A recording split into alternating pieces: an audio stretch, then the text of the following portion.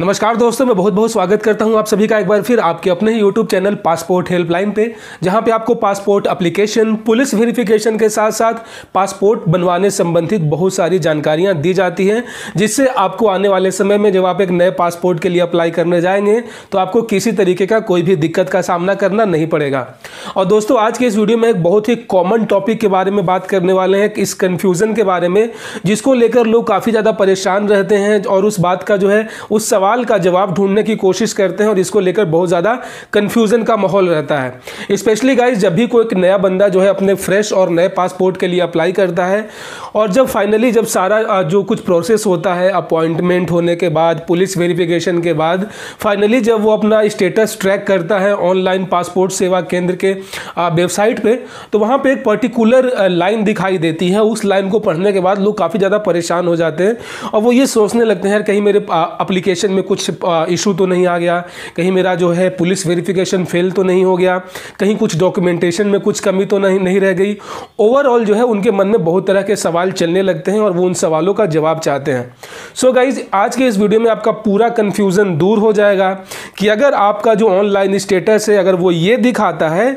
कि your passport application is under review eight regional passport office. Guys, एक बार मैं फिर से रिपीट कर रहा हूँ, your passport application is under review eight regional passport office. इसका मतलब क्या होता है?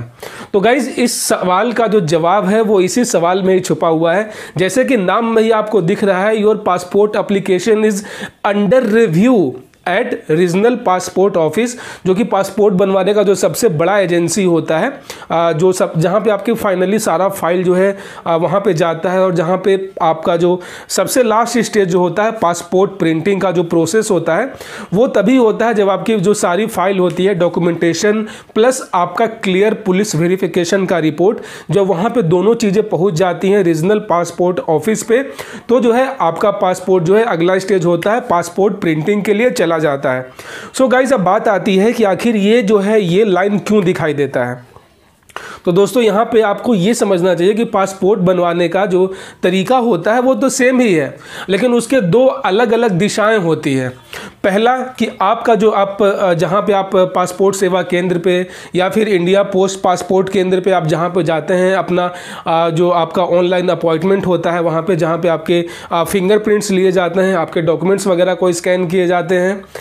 वो उसी के पैरेलल में एक और प्रोसेस चलता है, वो होता है पुलिस वेरिफिकेशन का, जिसमें आपको पर्सनली आपके लोकल पुलिस वालों से मिलना होता है, उन्हें उनके कुछ सवालों का जवाब देना होता है, कुछ ओवरऑल आपको जो है अपना एड्रेस वहाँ पे प्रूफ करना होता है और वो पुलिस जो है आपके रिपोर्ट को ओके करके आगे फॉरवर्ड कर देती है एसपी ऑफिस में। और एसपी ऑफिस में दो तीन दिन वहाँ पेंडिंग रहने के बाद वो फाइनली जो है आपका जो है पॉजिटिव रिपोर्ट करके जो है आपके पुलिस वेरिफिकेशन का वो रीजनल पासपोर्ट ऑफिस भेज देती है। सो गाइज, यहाँ पे दो केस होता है। अगर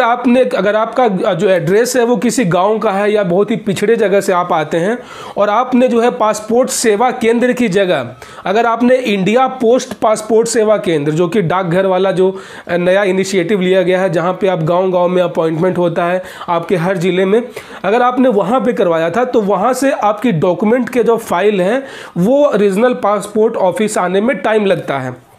ठीक है। या फिर अगर आपका पुलिस वेरिफिकेशन लेट से जाता है, ओवरऑल इन दोनों ही केस में जब तक दोनों डॉक्यूमेंट्स एक जगह इकट्ठा नहीं होंगे तब तक वहाँ से आपका जो प्रोसेस है वो आगे नहीं बढ़ेगा। ऐसे में दोस्तों, मैं हमेशा आपको बताता हूँ कि आपको हमेशा जो है आपको अपना अपॉइंटमेंट जो है, फिजिकल अपॉइंटमेंट जो होता है वो हमेशा आपको पासपोर्ट सेवा केंद्र पे ही जाकर देना चाहिए। इससे फ़ायदा ये होता है कि आप जिस दिन अपॉइंटमेंट अपना देते हैं ठीक अगले ही दिन जो है या फिर उसी दिन भी हो सकता है कि आपकी जो फाइल है वो रीजनल पासपोर्ट ऑफिस चली जाती है। ऐसे में हफ्ते 10 दिन बाद जब आपकी क्लियर पुलिस रिपोर्ट जब वहाँ पे जाएगी तो वो आपके डॉक्यूमेंट के साथ मैच हो जाएगी और उसी दिन जो है वो आपके पासपोर्ट को प्रिंटिंग के लिए आगे भेज देंगे। लेकिन अब होता है कुछ ये है कि लोग इंडिया पोस्ट वाले पे चले जाते हैं अपना अपॉइंटमेंट देने के लिए, अपना थोड़ा सा ट्रेवलिंग का समय बचाने के लिए, और होता है कुछ यूँ है कि जब उनका पेंडिंग जब बहुत ज़्यादा फाइल इकट्ठा हो जाता है तब वो इकट्ठे करके रीजनल पासपोर्ट ऑफिस में भेजते हैं। तो ऐसे में उनका जो पुलिस वेरिफिकेशन रिपोर्ट है वो वहाँ पहले पहुँच जाता है और उनका जो डॉक्यूमेंटेशन वाला फाइल है वो वहाँ पहुँचा ही नहीं रहता है। ऐसे में वहाँ पे प्रोसेसिंग में रहता है, होल्ड में ही रहता है जब तक कि आपके दोनों डॉक्यूमेंट इकट्ठे ना हो। क्योंकि जब तक आपका पुलिस वेरिफिकेशन का जो फाइल है वो आपके डॉक्यूमेंटेशन वाले फाइल के साथ अटैच नहीं होती है तब तक उसको आगे फॉरवर्ड कर ही नहीं सकते हैं, क्योंकि उन दोनों को अटैच करने के बाद भी एक फाइनल रिपोर्ट फाइल बनती है और उसको भेजा जाता है प्रिंटिंग प्रेस में, जहां पे आपका पूरा डिटेल के साथ आपका पासपोर्ट प्रिंट होता है। ऐसे में जब तक रीजनल पासपोर्ट ऑफिस मतलब कि आरपीओ में आपके दोनों डॉक्यूमेंट नहीं पहुंचेंगे, दोनों फाइल इकट्ठे नहीं पहुंचेंगे, तब तक जो है वहां से प्रोसेस जो है आगे नहीं बढ़ेगा। सो दोस्तों इसीलिए यहाँ पे ये जो आपको बार बार आता है कि under review eight regional passport office, वो जब तक आपकी दोनों फाइलें वहाँ पर नहीं मिलती है तब तक जो है वो वहाँ रिव्यू में ही पड़ा रहता है। सो गाइज बेसिकली इस वीडियो के माध्यम से मैं आपको ये समझाने की कोशिश कर रहा हूँ कि हमेशा आपको किसी बड़े पासपोर्ट के सेवा केंद्र पर ही जाकर अपना अपॉइंटमेंट देना चाहिए। कुछ समय बचाने के लिए जो है ये छोटा मोटा जो इंडिया पोस्ट वाले वहाँ पे आप लोग काउंटर पे चले जाते हैं, इसमें जो है वहाँ के जब तक उनकी फाइलें इतनी मोटी नहीं हो जाती है तब तक वो आरपीओ भेजते ही नहीं है। और यहाँ होता कुछ ये है कि आपका जो पुलिस रिपोर्ट है वो पहले पहुँच जाता है। ऐसे में वो लोग भी वहाँ इंतजार करते रहते हैं कि आपकी डॉक्यूमेंट की फाइल कब आएगी और दोनों को इकट्ठा करके जो है आगे प्रोसेस उसको आगे बढ़ाएंगे। सो बेसिकली गाइज यहाँ पे आपको कुछ नहीं करना है, आपको टेंशन नहीं लेना है, आपको पैनिक क्रिएट नहीं करना है, क्योंकि ये जो स्टेटस है लगभग हफ्ते 10 दिन तक ही रहती है, मैक्सिमम से मैक्सिमम 2-3 दिन में भी ये शॉर्ट आउट हो सकता है। और जैसे ही आपका दोनों फाइल एक जगह अटैच हो जाएगा आपका वहां पे स्टेटस जो है आगे बढ़ जाएगा और वहां पे ये शो होगा कि your passport has been granted and your passport printing has been initiated.